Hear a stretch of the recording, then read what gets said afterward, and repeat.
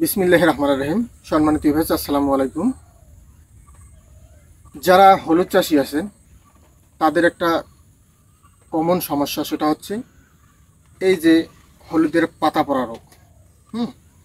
এই এদিকে আসো, দেখাও হলুদের এই পাতা পড়া রোগটা কী কারণে হয় সে বিষয় নিয়ে আজকে বিস্তারিত আলোচনা হবে। তো ভিডিওটি না টেনে পুরোপুরি দেখবেন, আশা করি হয়তো উপকৃত হতে পারেন।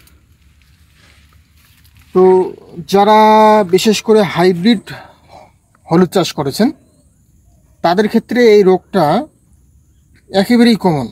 আমাদের দেশি জাতগুলো আছে, দেশি যেগুলো জাত আছে সেই জাতগুলো এই পাতা পোড়া রোগটা অনেকটাই কম। আর যারা হাইব্রিড চাষ করেছেন সেই হাইব্রিড ক্ষেত্রে এটা মারাত্মক, মানে পুরো ভুঁইয়ে কিন্তু মানে পোড়া পোড়া ভাব, মানে পাতা পড়ে গেছে এরকম ভাব। তো এটা আসলে এই রোগটা কি চেনার পর আমরা কিন্তু স্প্রে করব, তাহলে ইনশাল্লাহ সফল পাবো। না চিনে কি কারণে এটা হয়েছে, এটা না চিনে না বুঝে যদি আমরা কীটনাশক অথবা ছত্রাকনাশক স্প্রে করি তেমন একটু সফল পাওয়া যায় না। তো এটা আসলে কি, এটা পোকামাকড়ের কারণে হয়েছে না ছত্রাকজনিত সমস্যার কারণে হয়েছে?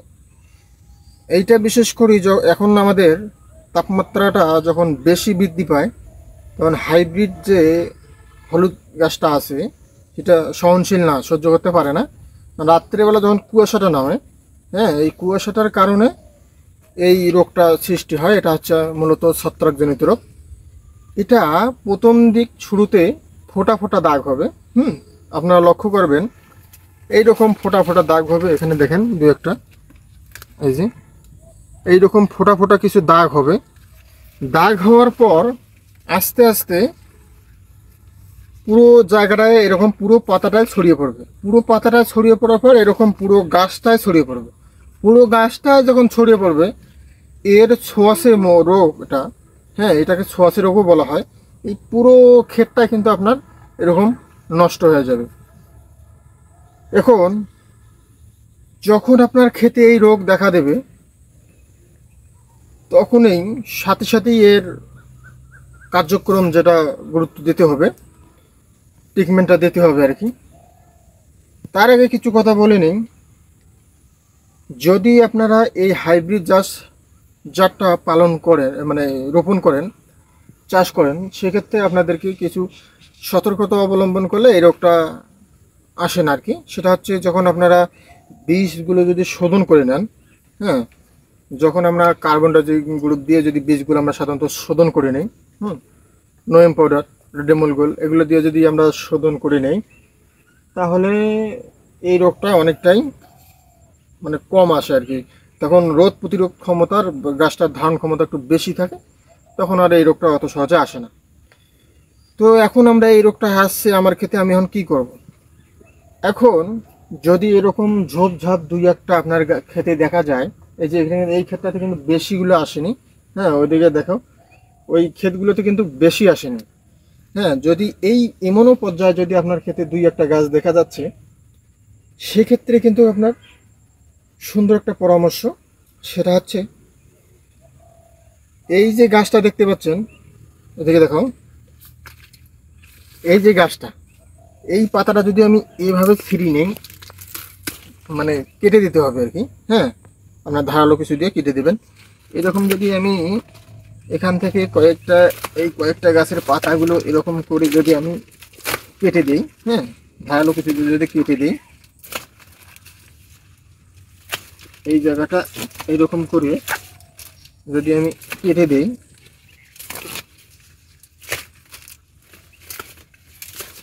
এরকম করে যদি আমি কেটে দিই, তাহলে বাকি যে পাতাগুলো আছে এই পাতাগুলোতে আর আক্রমণ হওয়ার কোনো চান্স নেই। তো এইরকম করে যদি আমরা দুই একটা বেশি যদি আক্রান্ত না হয়, কয়েকটি গাছে মাত্র আক্রান্ত হচ্ছে, সেক্ষেত্রে আমরা এরকম করে এগুলো করে আমরা এই পাতাগুলোকে দূরে কোথাও নষ্ট করে ফেলতে পারি, 1 নাম্বার।